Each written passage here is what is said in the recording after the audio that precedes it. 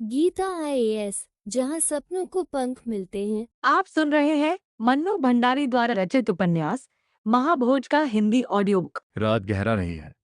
चुनावी मौसम की हलचल से भरी, पर अंदर से सड़ती हुई एक लोकतांत्रिक व्यवस्था की रात। उत्तर प्रदेश के पश्चिमी हिस्से में बसा छोटा सा गांव सरोहा। चारों तरफ खेत, हरिजन बस्ती, ठाकुरों के मकान, चौपाल और इन सब के ऊपर तना हुआ चुनावी होर्डिंगों और भाषणों का धुआं। यहीं से शुरू होती है मन्नू भंडारी के उपन्यास महाभोज की मारक, कड़वी और बहुत हद तक आज भी सच्ची लगने वाली कहानी। कुछ ही महीने पहले की बात है। सरोहा की हरिजन बस्ती में रातों रात आग लग गई थी। झोपड़ियां जलकर राख हो गईं और उनके साथ जिंदा लोग भी। सुबह जब लोग पहुंचे तो जली हुई देहों से उठती बदबू, राख में दबे हाथ पांव और चारों ओर पसरा सन्नाटा। पुलिस थाने में खबर दी गई, लेकिन थानेदार साहब छुट्टी पर हैं कहकर मामला टाल दिया गया। गांव वाले डर, धमकी और शांति दबाव के बीच चुप हो गए, लेकिन भीतर ही भीतर गुस्सा, डर और घृणा की एक परत हवा में तैरती रही। इसके कुछ ही समय बाद सड़क किनारे एक लाश मिलती है। बिसेसर, जिसे सब प्यार से बिसु कहते हैं। देखने में बस एक गरीब, दलित, मामूली सा गांव का लड़का, लेकिन भीतर से बेचैन, सचेत, सवाल करने वाला। वही बिसु जो हरिजन बस्ती की आगजनी के सबूत इकट्ठे कर रहा था, जिसने अपनी आंखों से देखा था कि किन लोगों ने झोंपड़ियों में आग लगवाई, जो दिल्ली जाकर बड़े अफसरों, नेताओं तक यह सच पहुंचाना चाहता था ताकि उसकी बस्ती को न्याय मिल सके। अब वह सड़क किनारे पड़ा है, मरा हुआ, सादा, भोला चेहरा, जैसे बस थक कर सो गया हो। मरे और सोए आदमी में फर्क ही कितना होता है, बस एक सांस की डोरी। वह डोरी किसी ने चुपचाप काट दी है। खबर जंगल की आग की तरह फैलती है। पहले गांव के लोग इकट्ठा होते हैं, फिर पुलिस, फिर शहर से नेता, पत्रकार, अफसर। बिसु की मां लिपट लिपट कर रोती है। बाप हीरा घुटनों के बल बैठा रह जाता है। दोस्त बिंदा की आंखों में गुस्सा तैरने लगता है। लेकिन जैसे जैसे शहर की गाड़ियां सरोहा की तरफ बढ़ने लगती हैं, वैसे वैसे इस मौत का असली खेल शुरू होता है। इस खेल के केंद्र में हैं दो बड़े खिलाड़ी। एक तरफ सत्तारूढ़ दल का सर्वशक्तिशाली नेता, मुख्यमंत्री जैसा प्रभावशाली चरित्र, दास साहब। दूसरी तरफ विपक्ष का पुराना, अनुभवी और सत्ता से बाहर धकेला जा चुका नेता, सुकुल बाबू। दोनों के लिए बिसु की मौत सिर्फ एक चीज है, मुद्दा। न वह इंसान है, न बेटा, न दोस्त, न जलते हुए लोगों का गवाह, बस एक केस, एक इश्यू, एक औजार। सरोहा में विधानसभा का उपचुनाव होना है। हर वोट की कीमत है और सबसे ज्यादा कीमती है दलित वोट। हरिजन टोला जो कल तक नंगा भूखा शोषित था, आज वोट बैंक बन चुका है। बिसु की मौत अब सिर्फ उसके परिवार का शोक नहीं, राजनीतिक दलों का मौका है। सुकुल बाबू की पार्टी बिसु की लाश को कंधे पर उठा, नारे लगाते हुए दलितों पर अत्याचार, राज्य आतंक, फांसीवादी सरकार मुर्दाबाद जैसे नारे गढ़ती है। वे प्रेस कॉन्फ्रेंस करते हैं, बड़े बड़े बयान देते हैं। यह सिर्फ बिसु की नहीं, पूरे समाज की हत्या है। उनकी आंखों में आंसू भी आते हैं, पर उन आंसुओं के पीछे दिखती है आने वाले चुनाव की चमकती हुई गद्दी। इधर दास साहब भी पीछे नहीं है। वे हेलीकॉप्टर से आते हैं, भीड़ जमा की जाती है, मंच सजता है, माला, फूल, माइक्रोफोन, नए। वे बेहद करुण स्वर में कहते हैं, ये घटना बेहद दुखद है। हमारी सरकार दलितों की सच्ची हितैषी है। हम दोषियों को नहीं छोड़ेंगे। स्पेशल इंक्वायरी होगी, पीड़ित परिवारों को मुआवजा मिलेगा। भीड़ में बैठे लोग जो कल तक जलती झोपड़ियों की आग को अपनी आंखों से देख चुके हैं, आज नेता के जुमलों की आतिशबाजी देख रहे हैं। लेकिन इस पूरे शोरगुल के बीच कुछ चेहरे ऐसे भी हैं जो सचमुच बेचैन हैं। बिसु का दोस्त बिंदा, जो इस मौत को यूं ही दब जाने नहीं देना चाहता। शहर का ईमानदार पत्रकार नरोत्तम, जो अपने संपादक भवानी के अखबार में इस कहानी की सच्चाई दर्ज करना चाहता है। और नौकरशाही में फंसा हुआ पर भीतर से जिंदा जमीर वाला पुलिस अधीक्षक एसपी सक्सेना। नरोत्तम जब पहली बार सरोहा आता है तो उसे गांव की दो दुनिया दिखती हैं। एक तरफ हरिजन टोला, जली हुई झोंपड़ियों के अवशेष, डरे हुए चेहरे और बिसु की मां की फटी हुई साड़ी, सूनी आंखें। दूसरी तरफ ठाकुरों और दबंगों की बस्ती, जहां जोरावर सिंह जैसे लोग खड़ी कुर्सियों पर बैठकर ये तय करते हैं कि इन हरिजनों को कितना बोलने दिया जाए, कितना नहीं। जोरावर सिंह, गांव का दबंग, सामंती ताकतों का चेहरा और दास साहब का कारिंदा। उसके लिए दलितों की पुरानी छवि ही स्वाभाविक है। इन हरिजनों के बाप दादे हमारे बाप दादों के सामने सिर झुकाकर चलते थे, और अब ये सीना तानकर आंख में आंख डालकर बात करते हैं। ये बर्दाश्त नहीं। यहीं से असली टकराव शुरू होता है। दलितों की उभरती हुई चेतना बनाम पुरानी सामंती सत्ता, नीचे से उठती न्याय की मांग बनाम ऊपर बैठे नेताओं का सत्ता खेल। बिसु इसी टकराव की आंच में अड़ा हुआ किरदार है।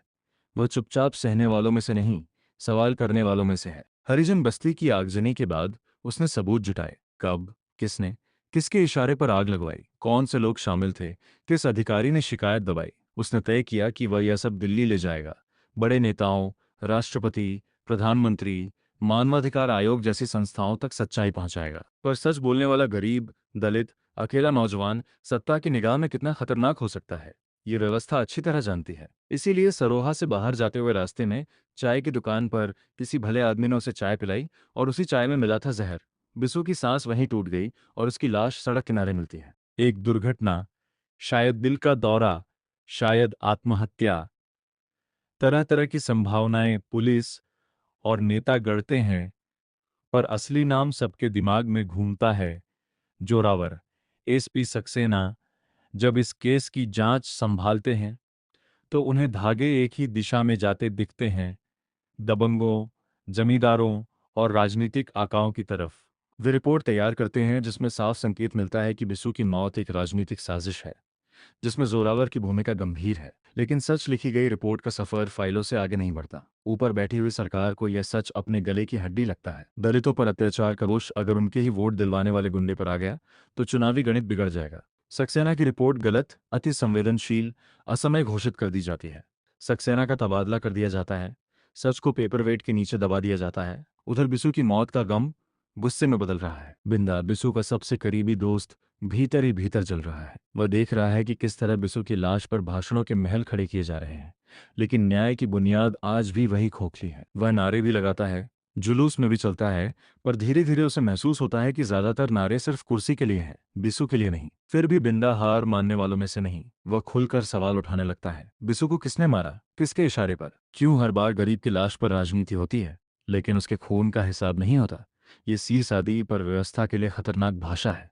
सत्ता को अब एक कुर्बानी का बकरा चाहिए, कोई ऐसा जिस पर बिसु की हत्या का ठीकरा फोड़ दिया जाए, ताकि असली चेहरे बच जाएं और मामला कानूनी रूप से निपटा हुआ दिखे। और ये बकरा बनता है बिंदा। पुलिस उसे उठा ले जाती है।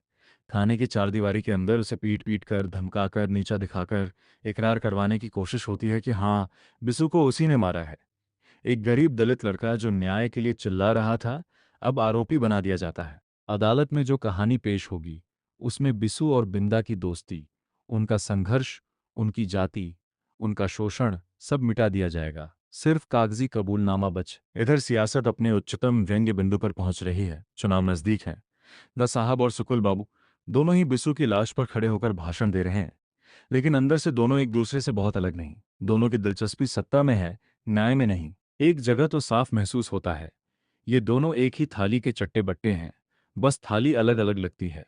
अखबारों की सुर्खियां, चैनलों उस समय रेडियो अखबार, आज के संदर्भ में टीवी की बहसें, नेताओं की रैलियां, सब जगह बिसु का नाम गूंजता है। लेकिन उसकी माँ के आंगन में वही सन्नाटा है, हीरा की आंखों में वही शून्य।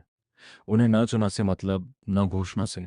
उन्हें तो बस अपना बेटा चाहिए था, या कम से कम उसकी मौत की सच्चाई का स्वीकार। चुनाव होते हैं, समीकरण, जाति, पैसे, गुंडों, प्रचार, सबका इस्तेमाल होता है। अंततः सत्ता पक्ष की पार्टी जीत जाती है। दा साहब की सरकार फिर से बनती है। झूठ की जीत, या कहें सच्चाई को कुचलकर पहुंची हुई जीत। और इसी जीत के अवसर पर दा साहब एक ऐतिहासिक घोषणा करते हैं। सरोहा गांव में बिसु के नाम पर हरिजन बाल विद्यालय खोला जाएगा और गांव के गरीबों के लिए एक बड़ा भोज, महाभोज आयोजित किया जाएगा। सोचिए विडंबना, जिस लड़के के सच को जहर से मार दिया गया, मीडिया में मटियामेट किया गया, जिसके दोस्त को झूठे केस में फंसाकर जेल में सड़ा दिया गया, उसी के नाम पर आदर्शों का स्मारक बनाया जा रहा है, उसी के नाम पर दावत दी जा रही है। ये वही महाभोज है जो दरअसल सत्ता का जश्न है, लोकतंत्र की लाश पर परोसा गया खाना। महाभोज के दिन बड़े तंबू लगते हैं, दरी बिछती है, देगे चढ़ती हैं। दा साहब अपने ड्राइंग रूम में बैठकर लंगड़ा आम, केसरिया संदेश और तरह तरह के व्यंजन खा रहे हैं। बाहर कतार में लगे गरीबों को भी खाना मिलेगा, थोड़ा बहुत। कैमरे उनकी थालियों की तस्वीरें लेंगे, अखबारों में सुर्खियां लगेंगी, दलित हितैषी सरकार ने शहीद बिसु की याद में महाभोज कराया। लेकिन नरोत्तम की नज़र से देखें, सक्सेना की नज़र से देखें, या बिंदा की सूजी हुई घायल आंखों से देखें, तो यह भोज कुछ और ही है। यह लाशों पर राजनीति का भोज है। यह उस व्यवस्था का तांडव है जिसमें एक दलित युवक की मौत, उसके साथियों का संघर्ष, पूरे समाज पर हुए अत्याचार, सबको सजावट के सामान की तरह इस्तेमाल किया गया है। उपन्यास की त्रासदी यह नहीं कि बिसु मर जाता है, त्रासदी यह है कि उसकी मौत इंसानी मौत के रूप में भी नहीं बचती।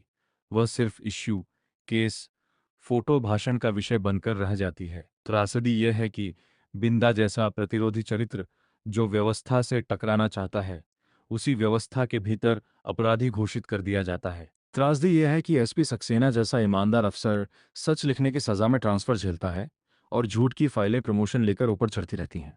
महाभोज का शीर्षक भी इस पूरी प्रक्रिया का गहरा प्रतीक है। हिंदी में आमतौर पर महाभोज किसी मृतक के लिए किए गए बड़े भोज को कहा जाता है, पर यहाँ मन्नू भंडारी दिखाती हैं कि यह भोज सिर्फ किसी एक बिसु की मृत्यु पर नहीं, बल्कि लोकतांत्रिक मूल्यों, न्याय, संवेदना और दलित मानवता सबकी सामूहिक मृत्यु पर हो रहा है। सत्ताधारी वर्ग, विपक्ष, नौकरशाही, मीडिया का एक हिस्सा सब मिलकर इस महाभोज में शामिल है।